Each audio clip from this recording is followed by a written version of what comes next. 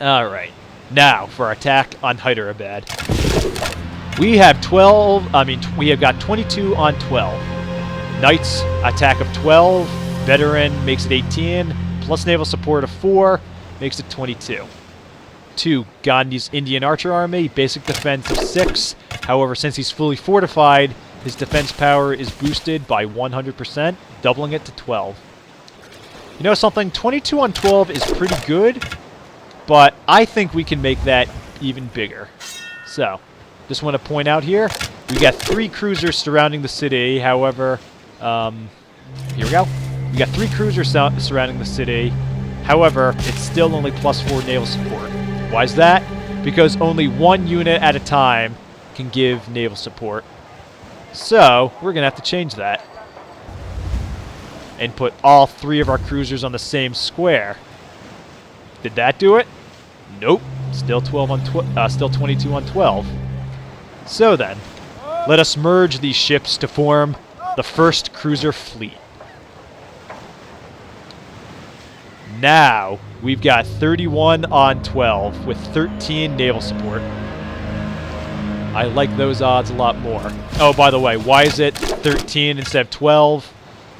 It once again plays into that whole veteran thing of 50% bonus. So, while boats never give a half point, boats don't give a half point don't give a half point of naval support, with the possible exception if you are the Spanish or the British or the English. I'd have to go out and make an individual confirmation of that, but with that exception, it just rounds it to the nearest. God, I'm being sent all over the place. It just rounds it to the nearest number. So officially, what it would be is that each of those boats would be giving 4.5. So 4.5 plus 4.5 plus 4.5 should be 13.5, but it decides to round down to 13. But nonetheless, you know what? Actually, we're gonna have our riflemen make the first blow. 26.5 to 12. Let's do this.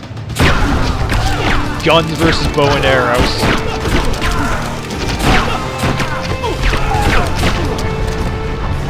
Not a complete walkover, but put up a good fight, but ultimately, no match for the riflemen. And what's left in there? Another 12 attack power. Let's attack. Alright, that was a walkover. And we get to attack again, and there's another archer army in there. However, this one is still trying to fortify itself. Let us take them while they're still unprepared.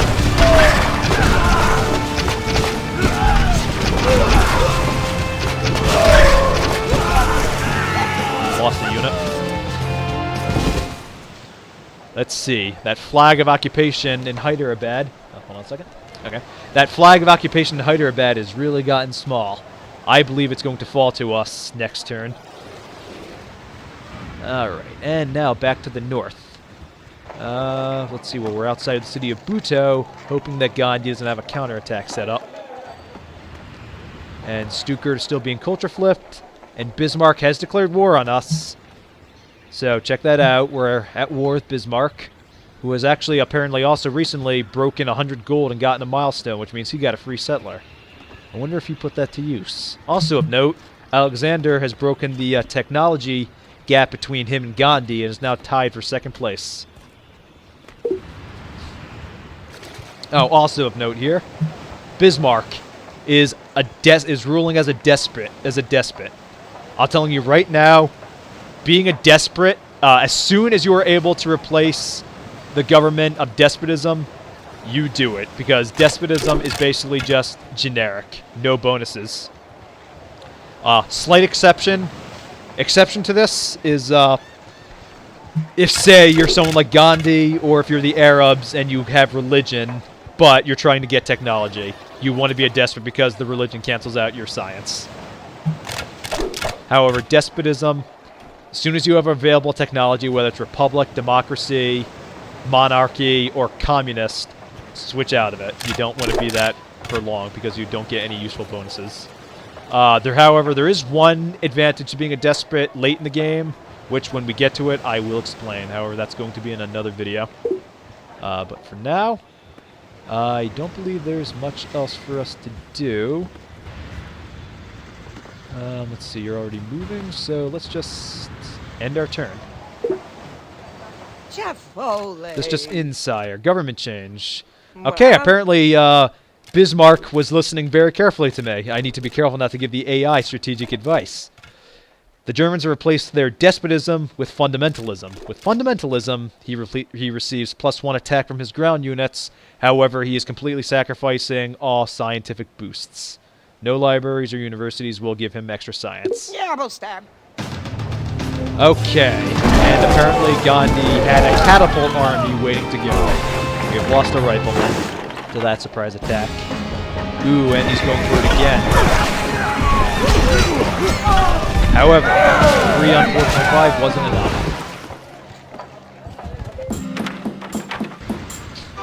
And New York has completed a temple. This is a city we haven't visited this game. So, good to know. Let us also set you to a factory. Gandhi, you see I had no use for that legion anyway. Surely this continent only has room for one great civilization. However, we will leave you in peace for 5 turns in exchange for the secrets of industrialization. How about... No, Gandhi. And it's time for you to see how foolish you are for attempting to resist. Because... interesting to know, my riflemen actually have more attack power here. Because... your city of Hyderabad is about to fall tonight. You have no more armies left, and there it goes. Sire, we have captured the Indian city of Hyderabad, and we have taken 1 measly gold piece. Interesting. Very interesting indeed.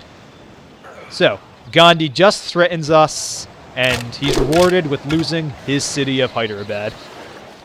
It is now ours. And we're immediately going to set it to build a factory. However, we're going to increase that production output by... Oh, yes, I was actually asked about this in the comments section by someone. How I was getting so much production. How I could get so much production, even though I'll just remove it from this 2 square right here. There you go. How I can get so much production in the city, even though I'm not utilizing the production squares. All right, to answer that comment, I believe I gave you an answer, but to make it more clear here, the city square itself produces nothing. However, when your citizens are not using a square outside, they are inside the city, and when they're inside the city, they produce production. They produce 1 production if they're inside, and once you reach a certain population, I believe 8 or so, and you put a citizen inside the city, he will also produce 1 science. So instead of like being 2 science or 2 production, you can have him in the city producing 1 production and 1 science. However, in this case, I'm not too concerned with all this science, so we're going to bring the workers working on those in and boost the production up to 9. So you see, 6, bring them in, 9. Whoop, did not mean to do that. Oh, here we are. Okay, view people. Take a look down there at the bottom. Laborers, and vendors. 3 laborers and 1 vendor. Now, what does that refer to? That refers to the people who are inside the city. 3 of them are laborers, meaning they're boosting solely production. See how it says 3 laborers, and then there's a hammer symbol above. On the right side there, there's a hammer symbol above +3, and then next to it a beaker with +0. Laborers produce the 1 production. However, a vendor produces 1 production and 1 science. There it is more specifically. Alright. You know what, let's just send the cruiser here to explore this little foggy area. And we're going to retreat you back to Abydos and continue with our exploration of the north. And the Royal Riflemen continue their march to Abydos, advancing the year to 1730. That catapult army that Gandhi had unleashed on my horsemen is coming. However, most noble President Wyndham X, you have proved the might of your armies. Yes, now that since I took your city, I'm sure I have. Let us now end this wasteful conflict, and I offer you my hand in friendship. Well, once again, I'm a democracy, so I'm forced to accept. However, again, what is your military power like? He is no match for my mighty armies, and I should crush his feeble warriors. His most advanced unit is the cruiser. That is interesting that he has cruisers, but he's still using archers. He must only have a couple cruisers. However, his people are absolutely disgusting. I'd like to remind everybody, my people are sophisticated by this game, while Gandhi's are disgusting. And his people may be lured into joining our civilization. War would be a terrible mistake, and we should leverage the culture of our great civilization to convert the Indian citizens to our side. Interesting. Well, we shall make peace, Gandhi. I accept your proposal. So now withdraw from my territory in the right-hand corner there you just saw, and I welcome the new era of peace and friendship between our nations. Alrighty. On that note, we are now at peace with Gandhi, so now it is time to turn our attention to Bismarck. Ooh, interesting to note. Bismarck built a wall around the city of Stuttgart. What does that do? Well, he just doubled his defense power, and he also protected his city from being culture flipped by me.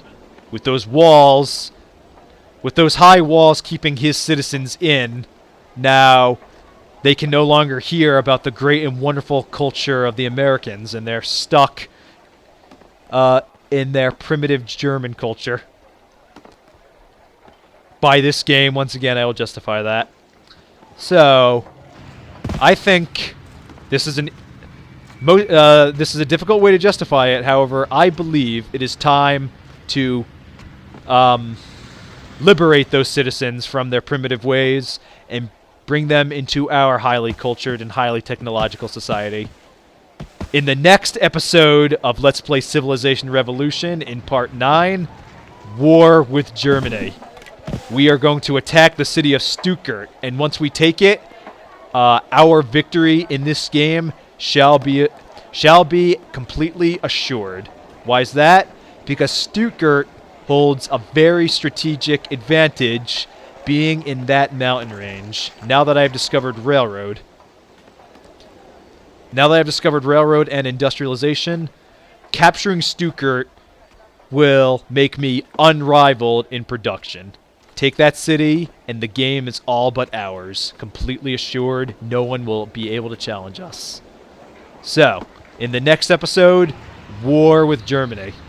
Until then, guys, thank you so much for watching. And again, I'm so glad that people have been continuing to support my channel and watching these videos. Also, want to throw this out there. I threw this in the description of the last video, Episode 7, Part 5 of 5. This episode also has to be broken down into parts. There were links to 3 little short Civ videos that were basically glitches that I encountered randomly. Not real serious videos, but they're still kind of interesting to look at. So I'll put links in the description of this channel, of this video as well, and I would encourage you to take a look at that, just to, if for nothing else than just a little bit of a laugh. But until then, guys, thank you so much for watching, and I hope that you'll continue to support me on my way to Part 9 and any other videos I may release of Civilization as I continue on my march to 1,000 subs. As of this recording, we're only 100 away. So thank you so much, guys, and see you later once we reach Part 9. I will do my best to get it out as quickly as possible. Until then, adios.